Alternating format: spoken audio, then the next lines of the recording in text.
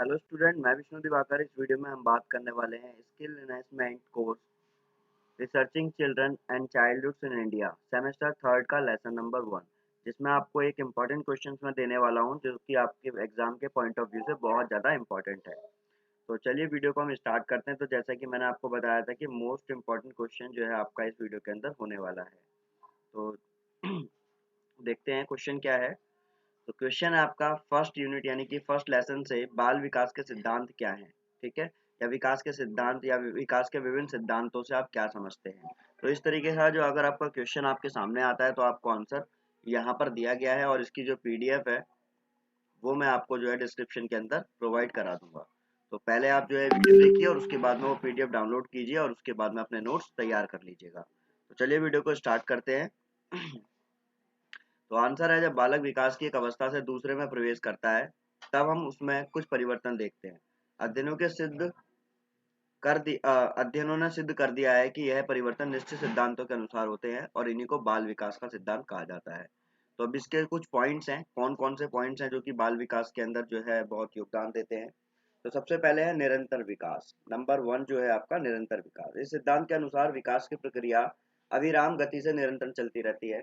अविराम का मतलब होता है बिना रुके, ठीक है, नॉन स्टॉप जिसे हम बोल सकते हैं। तो नॉन स्टॉप जो है वो चलती रहती है, पर गति कभी तीव्र और कभी मंद हो जाती है। तो कभी फास्ट हो जाती है तो कभी मंद यानी कि स्लो हो जाती है। उदाहरण के रूप में प्रथम वर्ष की अगर हम बात करें तो प्रथम 3 वर्षों में बालक के विकास की प्रक्रिया बहुत तीव्र रहती है और उसके बाद में मंद पड़ जाती है। दूसरा पॉइंट है इसके अंदर, बहुत इजी है, आराम से इसकी जो है पीडीएफ से आप अपने नोट्स बनाकर अपने आराम से जो है अपना एग्जाम कर सकते हैं। विकास की विभिन्न गति का सिद्धांत। विभिन्न व्यक्तियों के विकास की गति में विभिन्नता होती है। यह विभिन्नता विकास के संपूर्ण काल में यथावत बनी रहती है। उदाहरण के रूप में जो व्यक्ति जन्म के समय लंबा होता है वह साधारणतः बड़ा होने पर भी लंबा रहता है और जो छोटा होता है वह साधारणतः छोटा रहता है।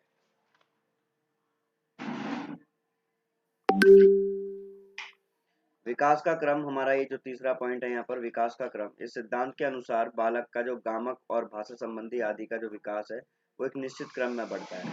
उदाहरण के लिए अगर हम बात करें कि एक जन्म के समय केवल रोना जानता है बच्चा, और उसी के बाद में अगर हम थोड़ा आगे चलें तो 3 महीने में वह बच्चा जो है 3 महीने में वह गले से एक विशेष प्रकार की आवाज निकालने लगता है और 6 माह के अंदर जो है वो आनंद की ध्वनि करने लगता है और 7 माह में वह अपने माता पिता के लिए पा बा दा आदि शब्दों का प्रयोग करने लगता है। आपने देखा होगा छोटे छोटे बच्चे जो होते हैं वो क्या करते हैं, वो जो है अपने मुंह से जो है कुछ ध्वनि निकालना स्टार्ट कर देते हैं जिसमें कि वो पा बा दा ऐसे कुछ शब्दों का यूज करते हैं, यानी कि ऐसे कुछ वर्डों का यूज करते हैं, ठीक है। फिर है विकास दिशा का सिद्धांत, जो है ये हमारा फोर्थ पॉइंट है, विकास दिशा। इस सिद्धांत के अनुसार बालक का विकास जो है सिर से पैर की दिशा में होता है। उदाहरण से अपने जीवन की अगर हम बात करें, अपने जीवन में,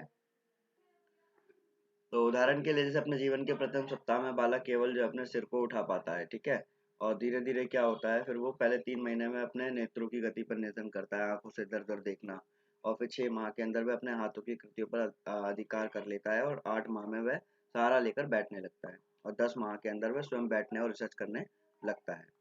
1 वर्ष का हो जाने पर उसे अपने पैरों पर नियंत्रण हो जाता है और वो खड़ा होने लगता है। इस प्रकार जो शिशु अपने जन्म के प्रथम सप्ताह में केवल अपने सिर को उठा पाता था, वह सिर्फ 1 वर्ष बाद खड़ा होने और 18 माह बाद चलने लगता है। उसके बाद में हमारा पॉइंट आता है इसके अंदर, पॉइंट नंबर 5, एकीकरण का सिद्धांत। इस सिद्धांत के अनुसार बालक जो है वो क्या करता है, अपने संपूर्ण अंकों और फिर अंग के भागों को चलाना सीखता है। उसके बाद वहां उन भागों में से एकीकरण करना सीखता है। उदाहरण के लिए वह पहले पूरे हाथ को, फिर उंगलियों को और फिर हाथ और उंगलियों को एक साथ चलाता है, ठीक है। उसके बाद में हमारा नेक्स्ट पॉइंट आता है नंबर 6, जो कि हमारा है परस्पर संबंध का सिद्धांत।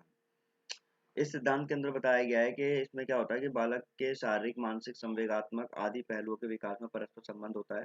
उदाहरण के लिए अगर हम बात करें, जैसे कि बालक क्या करता है, वो शारीरिक विकास के साथ साथ अपनी उसकी सूचियों ध्यान के केंद्रीकरण और व्यवहार में परिवर्तन होते हैं, सॉरी, तब साथ साथ उसके गामक और भाषा संबंधी विकास भी होने लगता है। नंबर पॉइंट अगर हम 7 की बात करें तो 7 पॉइंट क्या कहता है, व्यक्तित्व विभिन्नताओं का सिद्धांत। इसमें क्या होता है कि इस सिद्धांत के अनुसार प्रत्येक बालक और बालिका के विकास का अपना स्वयं का स्वरूप होता है। इस स्वरूप में व्यक्तिगत भिन्नताएं पाई जाती है। एक ही आयु के दो बालकों और दो बालिकाओं या फिर एक बालक और एक बालिका की शारीरिक, मानसिक, सामाजिक आदि विकास में व्यक्तिगत भिन्नताओं की उपस्थिति स्पष्ट रूप से दृष्टिगोचर होती है। कोई अलग दिखता है तो कोई अलग दिखता है, कोई शारीरिक रूप से बहुत ज्यादा हष्ट-पुष्ट है और कोई शारीरिक रूप से बहुत ज्यादा कमजोर है। ठीक है, तो ये चीजें जो है वो साफ दिखाई देती है। उसके बाद अगर हम बात करें यहाँ पर, तो हमारा नंबर 8 पॉइंट जो है आपका वो कौन सा है, वो समान प्रतिमान का सिद्धांत। इसमें क्या दिखाया गया है, इस सिद्धांत का अर्थ है, बताते हैं कि भाई प्रत्येक जाति, चाहे वह पुरुष हो, पशु जाति हो या मानव जाति हो, अपनी जाति के अनुरूप विकास के प्रतिमान का अनुसरण करता है। उदाहरण के लिए संसार के प्रत्येक भाग में मानव जाति के शिशु के विकास का प्रतिमान एक ही है, उसमें से किसी प्रकार का अंतर होना संभव नहीं है। और उसके बाद में ये जो है सेकंड लास्ट आपका ऑप्शन है, ऑप्शन नंबर 9, यानी कि पॉइंट नंबर 9। इस सिद्धांत में बोला गया है कि बालक का विकास जो है वो क्या होता है, सामान्य प्रतिक्रियाओं की ओर होता है। उदाहरण के लिए नवजात शिशु अपने शरीर के किसी भी एक अंग का संचालन करने से पहले अपने शरीर का संचालन करता है और किसी वस्तु की ओर इशारा करने से पूर्व वो अपने हाथों को सामान्य रूप से चलाता है। उसके बाद में इसका लास्ट पॉइंट आपका आता है, वो आता है वंशानुकृत वातावरण की अंतरक्रिया का सिद्धांत, जो कि नंबर 10 है। और उसके बाद में आपका ये जो है यूनिट 1 से एक क्वेश्चन आपका कंप्लीट हो जाएगा। इस सिद्धांत के अनुसार बालक का विकास न केवल वंशानुक्रम के कारण और ना ही केवल वातावरण के कारण, वरन दोनों ही अंतक्रियाओं के कारण होता है। अब इसके अंदर एक पॉइंट मैं आपको और ऐड कर देता हूँ, जैसे कि इसकी जो शैक्षिक महत्व है वो क्या है। बालक के शैक्षणिक सिद्धांत का या फिर बालक के सिद्धांत का ज्ञान शिक्षण के लिए विशेष रूप से आवश्यक माना गया है, क्योंकि बालक की शिक्षा की व्यवस्था शिक्षक द्वारा की जाती है और शिक्षक के लिए इन सिद्धांतों का जानना बहुत आवश्यक है, क्योंकि विकास के सिद्धांतों से परिचित होने पर शिक्षक ये बात जानता है कि वह छात्रों को विकास के लिए प्रेरणा कब प्रदान की जाए और इसके वातावरण तैयार किया जाना चाहिए। अब इसके कौन कौन से पॉइंट, जैसे शिक्षक, पहला पॉइंट दिखा रखा है इसमें कि शिक्षक बालक की योग्यता, क्षमता, वृद्धि, ज्ञान आदि को जान पाता है। नंबर 2, शिक्षक बालक के विकास में सामंजस्य बनाने की प्रेरणा देता है। नंबर 3, शिक्षक बालक के लिए उपयुक्त वातावरण का निर्माण करता है। नंबर 4,